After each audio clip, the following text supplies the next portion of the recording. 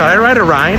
No, I shouldn't do that. In our last episode, we got to see a ton of the amazing attractions that the Mall of America has to offer. And who knows what else is in store for us? The Mall of America is just the beginning of our grand quest to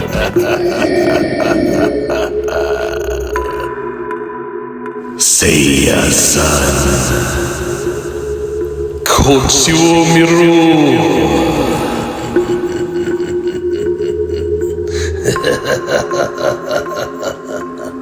Thayer's quest to the Midwest. This is the biggest mall in America. I am on a quest to see everything that the Midwest has to offer. From cool sights you can't see anywhere else, to delicious culinary experiences you'll want to try for yourself. I'm Thayer Craner, and come with me as I get to explore the Midwest for the very first time.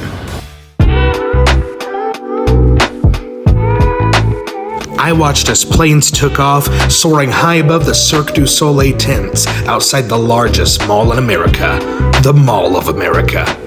It was at this point in our trip that Aunt Dee Dee and I stopped at the food courts, had some Chick-fil-A, and were just taking in all of the sights.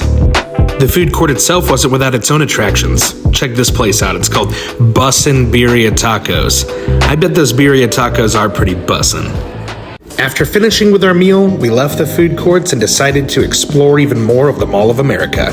One place that instantly captured my attention was Moose Mountain Adventure Golf, the psychedelic storefront full of revolving mirrors called Wink World. Then I noticed this place called Kura Sushi Revolving Sushi Bar. I've always wanted to eat at a place like this. Sushi is apparently brought out to you on these little conveyor belts. It looks so fun, and I bet the sushi is delicious too. Now check out this. This store is called Ebisu. Take a look at these life-size statues of One Piece characters out in the front of the store.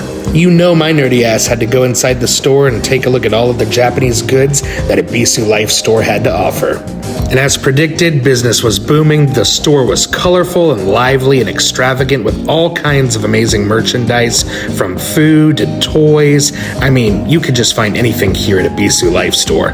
Ebisu definitely leans into anime culture with the statues in the front of the store, but it's definitely more of a variety of all things Japanese. Take a look at these gachapon machines. They were so colorful and vibrant, I felt like I was in a Japanese arcade of some kind. Although I think the store's atmosphere got me a little bit overexcited.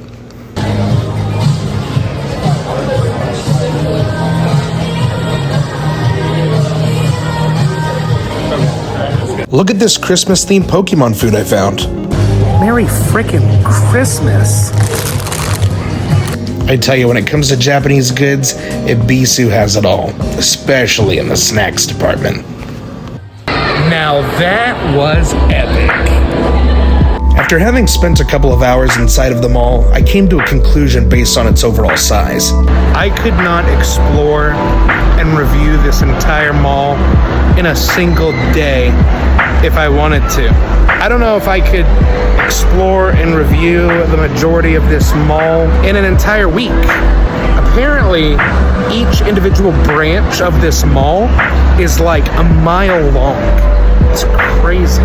I am just absolutely blown away. Even though I've really enjoyed my time here at the Mall of America, this was just the first stop here in the Midwest. The following are some of the last shops that I visited in my tour through the mall. I thought Toys R Us was done for. I literally thought there wasn't going to be any more Toys R Us's. But here one is, in Minneapolis, Minnesota. Toys R Us, alive against all odds. This store that sells traditional Scottish clothing has a really fun name that I think you'll love. This place is called Got Kilt. Got Kilt. I would frickin' crush a kilt. I could crush a kilt better than anybody. Aunt Dee Dee, that place was called Got Kilt. Like got milk, but got kilt. Get it? Get it. It's funny. I'm not even surprised. They got the M&M store, they got a frickin' aquarium, they got a Barnes & Noble, they got a frickin' amusement park, and they got a frickin' Benihana. There's like dining. These are more restaurants right here. Oh, I know. They got the Benihana They got this beautiful Macy's underneath, the most beautiful skylight I've ever seen in my entire life. And this is all just restaurants? Down South Street Dining? Oh my gosh. This is beautiful. Just miles of restaurants I can't afford. And then, does the fourth floor go up from here? There's another floor. That's crazy. And here I thought that the food court was really impressive. For those of you that want a sit-down dining experience, look no further than South Street Dining. This is Mall of America's very own indoor avenue for all things restaurants, diners, cafes. Just take a look here at Sugar Factory Express, a very inviting open diner with neon lighting. Once we reached the end of South Street Dining, we were brought to an overlook. I got to see all of Nickelodeon Universe from the second floor. I got to appreciate, once again, just how beautiful this mall really was. The sheer size of the mall, its architecture, its rich history, its beautiful and exciting attractions. This was still only the first day of my Midwest adventure. What an exciting and thrilling first impression that the Mall of America was. By far and hands down the coolest mall I've ever been to in my entire life. Aunt Dee Dee, that was the most fun I've had in a mall in my entire life. That was so fun. After the Mall of America, we left Minneapolis. Apart from the Mall of America, we had no intentions of staying in Minneapolis. And this isn't because I don't like the Twin Cities, but because we were going to be spending the majority of our time in Rochester, Minnesota, an hour and a half south. And why were we spending time in Rochester, Minnesota? Well, it's because I've been lying to you.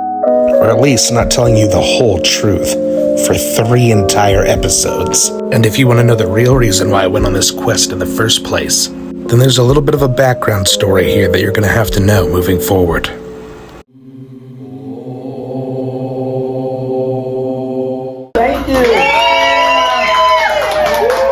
This is my father, Dan Craner, shown here on his birthday.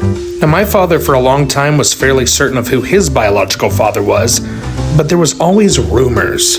Little offhanded remarks made by cousins or relatives that hinted that my dad's dad wasn't his real dad. And it's not like these rumors really bothered him or anything, but after a little bit of urging from my siblings and also myself, just general curiosity building up in the family and I think within him as well, we ended up convincing my father to take a 23andMe DNA test. And before you ask, no, this isn't some paid sponsorship, but I just want to give 23andMe a huge shout out and a huge thank you, because not only did we confirm who my father's biological father was, but also that my father had 2 long-lost little sisters. My Aunt Angela, who lives in South Dakota, and my Aunt Deborah, who lives in, you guessed it, Rochester, Minnesota.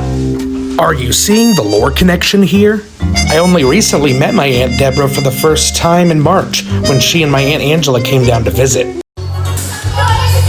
We did karaoke. But also my Aunt Deborah mentioned that she was going to be moving from Rochester, Minnesota soon to Kansas City, Kansas, and that she was pretty stressed out because she didn't have anybody to help her move. But seeing as how I was a teacher and I didn't have any work to do this summer, I thought to myself, hey, why not? I get to spend time with my new aunt, she gets to learn more about me, I get to visit a new place that isn't 110 degrees all the time, and outside of my musical career as a rapper and the lead role that I had in a feature film 2 years ago, lately I'd felt personally, creatively stagnant. But people seem to really enjoy my blog-style Instagram, so I thought to myself, why not just make a TikTok? And shortly before I went on this trip by a couple of months, I did. In conclusion, due to a variety of factors, including years-long family conspiracy theories, 23andMe, summer joblessness as a teacher and general creative burnout, a wanderlust in my heart as I yearned for new adventure, and a genuine desire not only to connect with my aunt, but also to help her move across the country. It's all of these different variables that have allowed Thayer's quest to the Midwest to be possible. Guys, if you've enjoyed my latest episodes, you haven't seen anything yet. The first 3 episodes only cover my first day in the Midwest. And since I'm gonna be here in Rochester, Minnesota for an entire month, I'm gonna show you everything that the Midwest has to offer.